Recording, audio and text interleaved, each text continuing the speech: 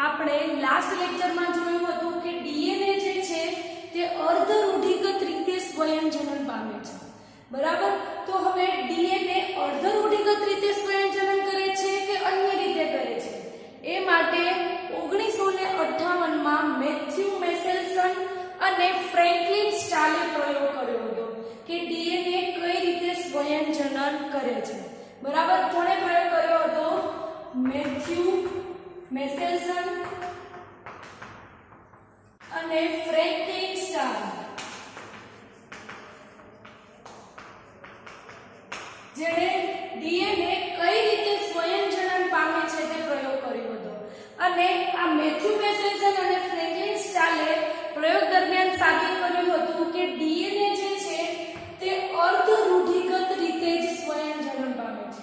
શું કીધું હતું મેથ્યુ મેસેલ્સન અને ફ્રેન્કલિન સ્ટાલે? કે ડીએનએ જે છે તે અર્ધ રૂઢિગત રીતે જ સ્વયંજનન કરે છે, બરાબર। અર્ધ રૂઢિગતનો મતલબ શું થતો હતો? આપણે થોડી વાર રિવિઝન કરી લઈએ કે જે શૃંખલા છે ડીએનએ ની, તે સ્વયંજનનની પ્રક્રિયા દરમિયાન શું થશે? આ શૃંખલા જે છે તે અલગ થશે, બરાબર। અને તેની સામે આ બંને શૃંખલા કેવી થશે? પિતૃ શૃંખલા થશે।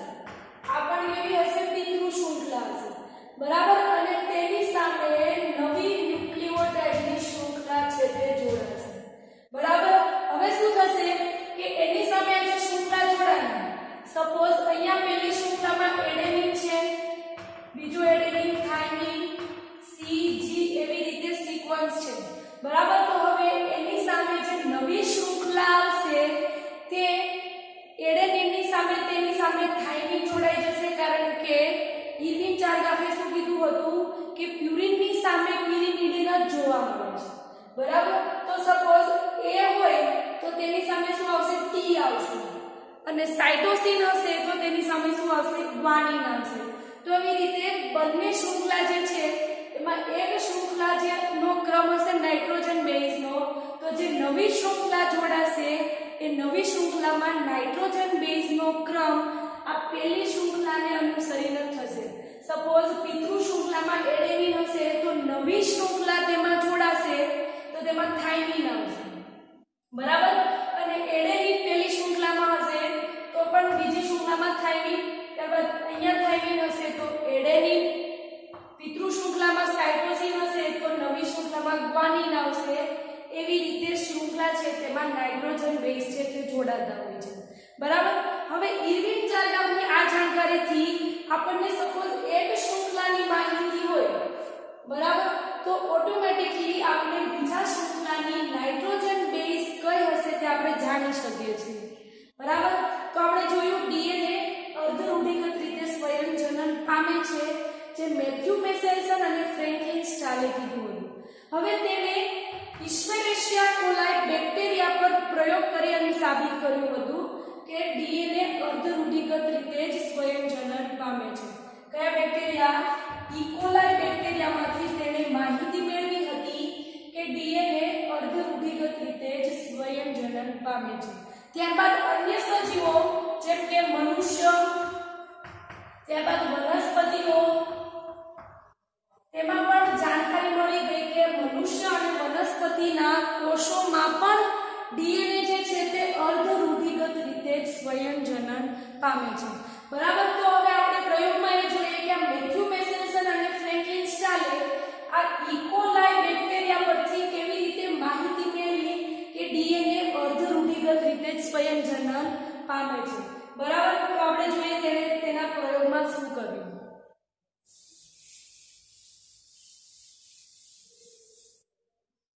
હવે આપણે જોઈએ મેથ્યુ મેસેલ્સન અને ફ્રેન્કલિન સ્ટાલે શું કર્યું, બરાબર। તો મેથ્યુ મેસેલ્સન અને ફ્રેન્કલિન સ્ટાલે એક સંવર્ધન માધ્યમ લીધું,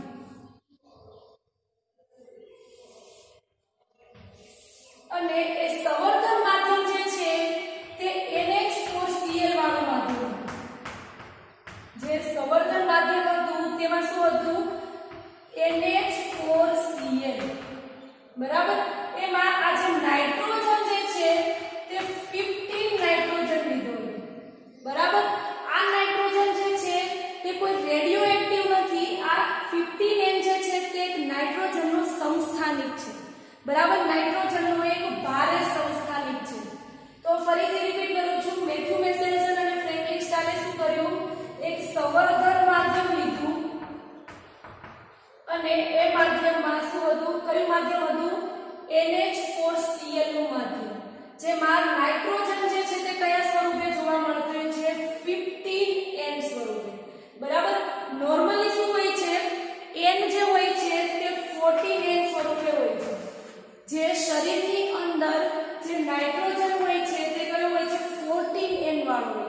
પણ મેથ્યુ મેસેલ્સન અને ફ્રેન્કલિન સ્ટાલે કયો નાઇટ્રોજન લીધો 15 વાળો લીધો બરાબર અને ત્યારબાદ ઇકોલાઈ બેક્ટેરિયાને તે માધ્યમની અંદર દાખલ કર્યો બરાબર હવે શું હોય છે ઇકોલાઈ બેક્ટેરિયાની અંદર કયો નાઇટ્રોજન હશે 14N પણ એને માધ્યમમાં કયો નાઇટ્રોજન લીધો છે 15N આ જે છે તે ઇકોલાઈ બેક્ટેરિયા છે હવે શું થશે કે સપોઝ તમે સ્કૂલમાં આવ્યા હોય અને નાસ્તો લઈને આવ્યા હોય બરાબર હવે હું તમને ક્લાસમાં પેક કરી દઉં તો તમે શું કરશો એ નાસ્તાને એક દિવસ ખાશો બે દિવસ ખાશો પછી નાસ્તો પૂરો થઈ જશે એટલે હું કદાચ તમને સૂકી રોટલી આપીશ તો એ તમે ખાઈ લેજો બરાબર એવી જ રીતે ઇકોલાઈ બેક્ટેરિયાને જ્યારે 15NH4Cl ના માધ્યમમાં રાખશે ત્યારે શું કરશે જેની અંદર 14N હશે એ થોડો ટાઈમ સુધી ચાલશે પણ હવે શું થશે કે હવે એને 15NH4 લેવો જ પડશે શું કામ કારણ કે બીજો કોઈ એની પાસે ઓપ્શન જ નથી એટલે ઇકોલાઈ બેક્ટેરિયાને જ્યારે ઘણી બધી પેઢી સુધી આવી રીતે રાખવામાં આવી તો શું થશે હવે આ ઇકોલાઈ બેક્ટેરિયા જે છે તે 15N માં સામેલ થઈ જશે ફરીથી રિપીટ કરું છું ઇકોલાઈમાં કયો નાઇટ્રોજન હોય છે 14N બરાબર પણ મેથ્યુ મેસેલ્સન અને ફ્રેન્કલિન સ્ટાલે કયો નાઇટ્રોજન લીધો 15N બરાબર તો હવે જ્યારે ઇકોલાઈને એડ કરશે તો શું થશે સંવર્ધન માધ્યમમાં તો એ થોડો ટાઈમ સુધી 14N નો ઉપયોગ કરશે પણ હવે એની પાસે 15N નું માધ્યમ લેવા માટે બીજો કોઈ ઓપ્શન જ નથી તો હવે શું થશે કે આ 15N જે છે તે ઇકોલાઈના બોડીની અંદર જશે અને આવી રીતે ઘણી બધી પેઢી સુધી કરવામાં આવ્યું એટલે હવે ઇકોલાઈ જે છે તે 15N માં સામેલ થઈ જશે બરાબર હવે શું થશે કે આપણે જોવાનું છે કે નાઇટ્રોજનની કેમ જરૂર પડે છે કે નાઇટ્રોજનનું જે માધ્યમ લીધું હતું એટલે કે 15N નું માધ્યમ ને 14N નું કેમ લીધું હતું તો આપણે જોઈએ કે ડીએનએ જ્યારે સ્વયંજનન કરશે ત્યારે તેમાં શું આવેલું હોય છે ન્યુક્લિયોટાઇડ બરાબર ડીએનએ ન્યુક્લિયોટાઇડનો બનેલો છે શર્કરા ત્યારબાદ ફોસ્ફેટ અને નાઇટ્રોજન બેઝ બરાબર તો નાઇટ્રોજન બેઝ અહીંયા આવેલી હશે તો સ્વયંજનન કરશે ત્યારે શું થશે બંને શૃંખલા અલગ થશે ત્યારબાદ તેની સામે નાઇટ્રોજન બેઝ બીજી શૃંખલામાં જોડાશે તો એ નાઇટ્રોજન બેઝ જોડાવા માટે શેની જરૂર પડે નાઇટ્રોજનની જરૂર પડે તો જ્યાં સુધી એ 15N ના લે ત્યાં સુધી સ્વયંજનન કરી જ ના શકે એટલા માટે એને 15NH4Cl લેવું જ પડે બરાબર તો હવે ઘણી બધી પેઢી સુધી રાખ્યું તો હવે આ ઇકોલાઈ બેક્ટેરિયા જે છે તે 15N માં સામેલ થઈ ગયા બરાબર ત્યારબાદ હવે આપણે 14N ને અને 15N ને બંનેને અલગ કરવો હોય તો મતલબ કે અલગ આઈડેન્ટિફાઈ કરવો હોય તો કેવી રીતે કરીશું બરાબર આ સપોઝ 14N છે આ 15N છે બરાબર હવે આ બંનેને આપણે આઈડેન્ટિફાઈ કરવું હોય તો કેવી રીતે કરીશું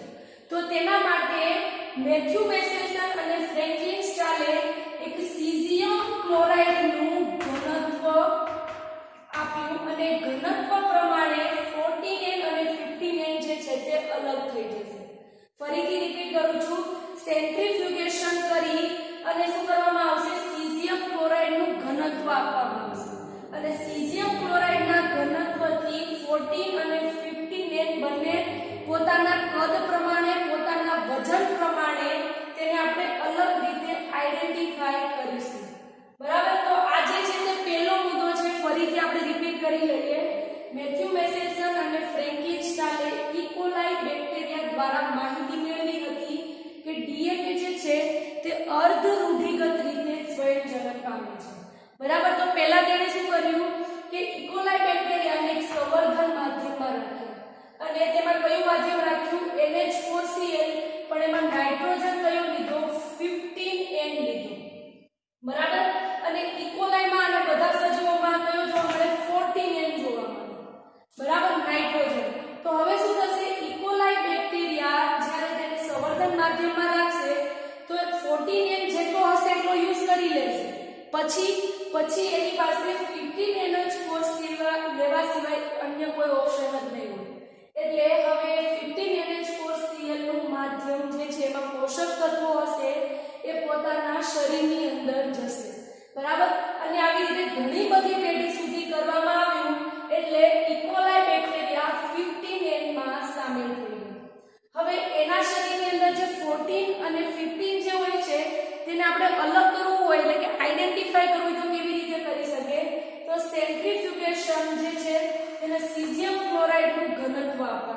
જેથી 14N અને 15N જે છે તે પોતાના કદ અને પોતાના વજન પ્રમાણે તેને આપણે અલગ કરીશું. હવે જોઈએ સેકન્ડ તેને શું કર્યું. બરાબર, અહીંયા યાદ રાખજો કે ઘણી બધી પેઢી સુધી રાખવામાં આવ્યા છે. હવે 15N માં સામેલ થઈ ગઈ. બરાબર, ત્યારબાદ મેથ્યુ મેસેલ્સન અને ફ્રેન્કલિન સ્ટાલે આ જે ઇકોલાઈ બેક્ટેરિયા છે તેને 15NH4Cl ના માધ્યમમાંથી 14NH4Cl માધ્યમમાં સ્થળાંતરણ કર્યું. શું કર્યું?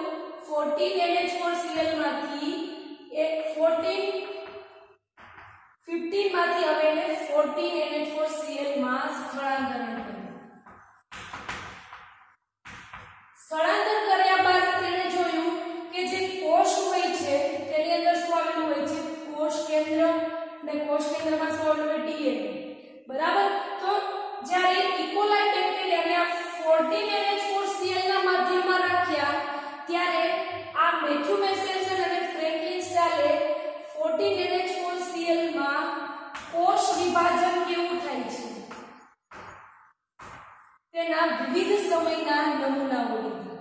બરાબર, ક્યારે લીધા? 14N માં સ્થળાંતર કર્યા ત્યારે. બરાબર, અને ત્યારબાદ જોયું કે વિવિધ સમયે આ ઇકોલાઈ બેક્ટેરિયાનું કોષ વિભાજન કેવી રીતે થાય છે. બરાબર, તો આપણે આકૃતિ દ્વારા સમજીએ કે 14N માં સ્થળાંતર કર્યા ત્યારે કોષ વિભાજન કેવી રીતે થાય છે. બરાબર, આપણને ખબર છે કે DNA અર્ધરૂઢિગત રીતે સ્વયંજનન પામે છે. તો પહેલા તો મેથ્યુ મેસેલ્સન અને ફ્રેન્કલિન સ્ટાલે જોયું કે DNA હંમેશા બેવડી કુંતલમય સંરચના સ્વરૂપે જ જોવા મળે છે. ત્યારબાદ આપણે જોઈએ આકૃતિ દ્વારા કે 14N માં જ્યારે રાખ્યા ત્યારે કેવી રીતે કોષ વિભાજન થતું હતું. બરાબર, તો પહેલા આપણે જોઈએ કે પહેલા ક્યાં રાખ્યા હતા? 15N ના માધ્યમમાં. આ જે છે તે DNA છે. આવી રચનાના બદલે મેં ખાલી આવી રીતે બે લાઈન ડ્રો કરી છે, બેવડી રચનાવાળી. બરાબર, આ જે છે તે DNA છે અને પહેલા શેમાં રાખ્યા હતા? 15N માં. તો આ બંને શૃંખલા કે થશે 15N.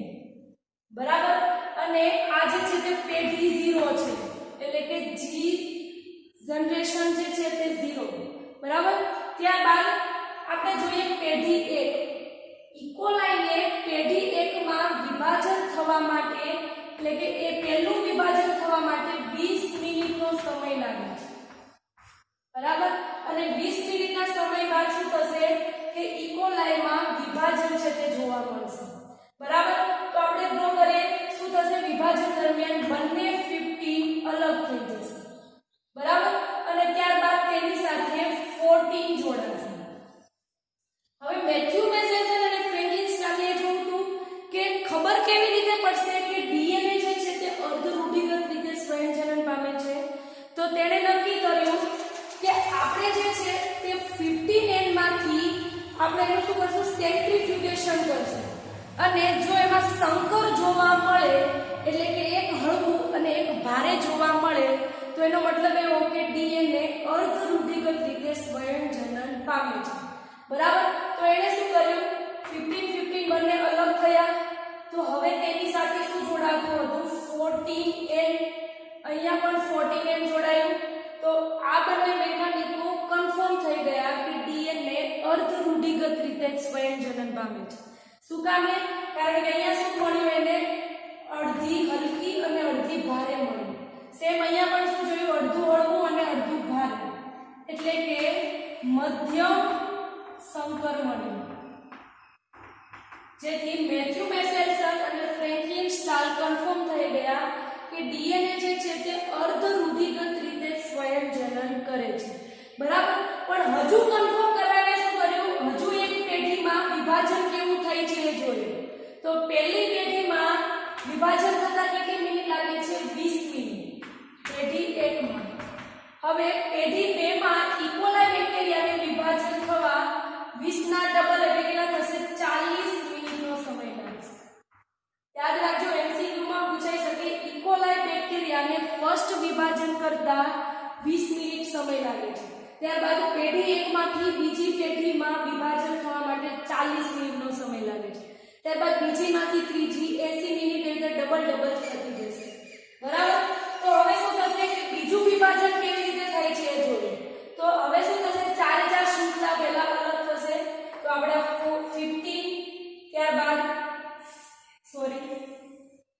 14 અલગ થશે, પાછી 15 અલગ થશે અને 14 અલગ થશે.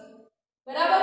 હવે શું થશે કે 15 જે છે તેની સાથે 14 જોડાશે. અહીંયા પણ 14 જોડાશે, અહીંયા પણ 14 જોડાશે અને અહીંયા પણ 14 જોડાશે. બરાબર. તો હવે અહીંયા તમને દેખાયું હશે કે ટોટલ બે શૃંખલા જે છે તે આપણને સંકર મળી. બરાબર. તો હવે મેથ્યુ મેસેસન અને ફ્રેન્કલિન સ્ટાલ 100% શ્યોર થઈ ગયા કે ડીએનએ જે છે તે અર્ધ રૂઢિગત રીતે જ સ્વયંજનન પામે છે.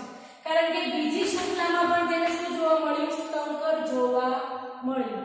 બરાબર. તો સંકર જોવા મળ્યું અને અહીંયા બંને આ પણ કેવી થશે? હલકી થશે અને આ પણ કેવી થશે? હલકી થશે. બરાબર. તો હવે એ કેવું થશે? હલકું અને સંકર જોવા મળશે. સંકર મતલબ કે 14 અને 15 બંને જોવા મળે એ શું કહેવાશે? સંકર કહેવાશે. બરાબર. અને જો હવે ડીએનએ અર્ધ રૂઢિગત રીતે સ્વયંજનન ના પામતું હોત તો અહીંયા 14 નહીં પરંતુ 15 જોડાય. બરાબર. એટલા માટે અહીંયા મેથ્યુ મેસેસન અને ફ્રેન્કલિન સ્ટાલ શ્યોર થઈ ગયા હતા કે ડીએનએ જે છે તે અર્ધ રૂઢિગત રીતે સ્વયંજનન પામે છે. આપણે ફરીથી અહીંયા સુધીનું રિવિઝન કરી લઈએ. પહેલા શું કર્યું હતું? 15 ના માધ્યમમાં રાખ્યા હતા એ આપણે જોયું. ત્યારબાદ આ બંનેએ 15 NH4Cl ના માધ્યમમાંથી ઇકોલાઈ બેક્ટેરિયાને 14 NH4Cl માં સ્થળાંતર કર્યું. બરાબર. અને 14 NH4Cl માં સ્થળાંતર કર્યા ત્યારબાદ જોયું કે વિવિધ સમયે કોષનું વિભાજન કેવી રીતે થાય છે. તો તેમાં ફર્સ્ટ એને જોયું કે ડીએનએ જે છે તે બેવડી કુંતલમય સંરચના સ્વરૂપે જોવા મળે છે.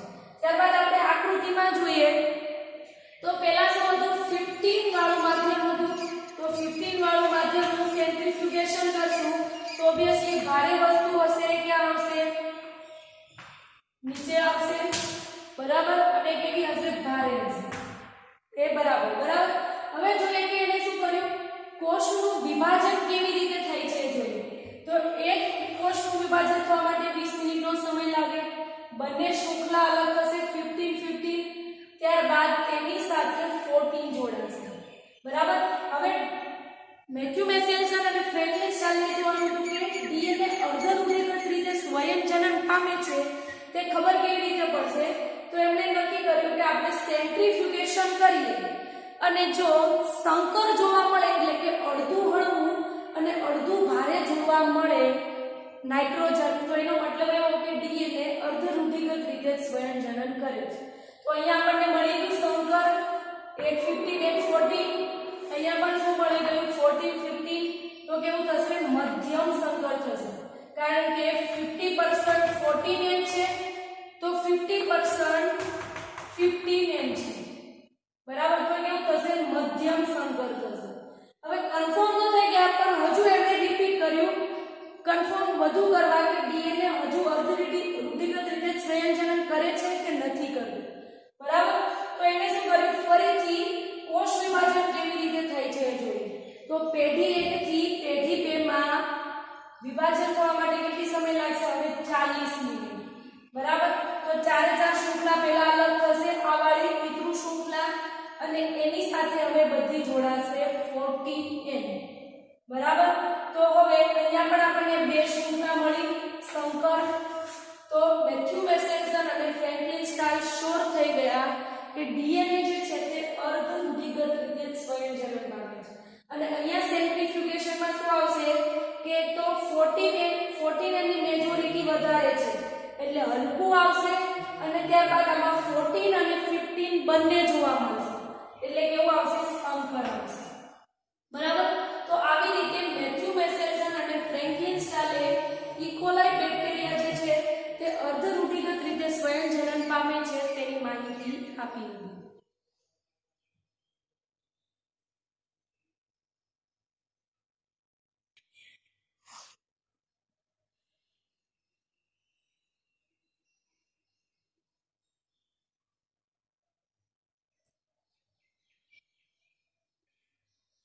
આવો જે પ્રયોગ ટેલર નામના વૈજ્ઞાનિકે અને અન્ય તેના સાથીઓએ 1900 પેપરમાં કર્યો હતો કે જે ડીએનએ માં જ રંગસૂત્ર હોય છે, આવો જ એક પ્રયોગ ટેલર નામના વૈજ્ઞાનિકે અને તેના સાથીઓએ કર્યો હતો. બરાબર કે ડીએનએ ની રંગસૂત્રમાં જે ડીએનએ આવેલું હોય છે તે અર્ધરૂઢિગત રીતે સ્વયંજનન કરે છે કે અન્ય રીતે. બરાબર, તો ટેલરે વિસિયા ફાબા ઉપર પ્રયોગ કર્યો હતો. મેથ્યુ મેસેન્જર અને ફ્રેન્કલિન સ્ટારે ઇકોલાઈ બેક્ટેરિયા પર કર્યો હતો. બરાબર, જે ઇકોલાઈ બેક્ટેરિયા કેવા છે? આદિ કોષ કેન્દ્રીય છે. જ્યારે ટેલરે આ વિસિયા ફાબાનો ઉપયોગ કર્યો તેને સુકોષ કેન્દ્રીય સજીવોમાં. બરાબર, અને ત્યારબાદ તેને જોયું કે ડીએનએ જે છે એટલે કે રંગસૂત્રોમાં જે ડીએનએ હોય છે તે અર્ધરૂઢિગત રીતે સ્વયંજનન કરે છે કે નથી કરતું. બરાબર, ફ્રેન્કલિન સ્ટાલે તેના પ્રયોગમાં શું કર્યું હતું? 14 અને 15 નું માધ્યમ લીધું હતું. બરાબર, તો એવી રીતે આ ટેલર નામના વૈજ્ઞાનિકે રેડિયો એક્ટિવ થાઇમિડિનનો ઉપયોગ કર્યો હતો તેના પ્રયોગમાં. રેડિયો એક્ટિવ થાઇમિડિન, અને તેના પ્રયોગમાં તેને તારણ આપ્યું હતું કે ડીએનએ જે છે, જે રંગસૂત્રમાં ડીએનએ જોવા મળે છે તે અર્ધરૂઢિગત રીતે જ સ્વયંજનન કરે છે. બરાબર, એમસીક્યુ માટે યાદ રાખજો, ટેલરે વિસિયા ફાબા પર અર્ધરૂઢિગત રીતે સ્વયંજનન કરે છે કે નહીં તેના પર પ્રયોગ કર્યો હતો.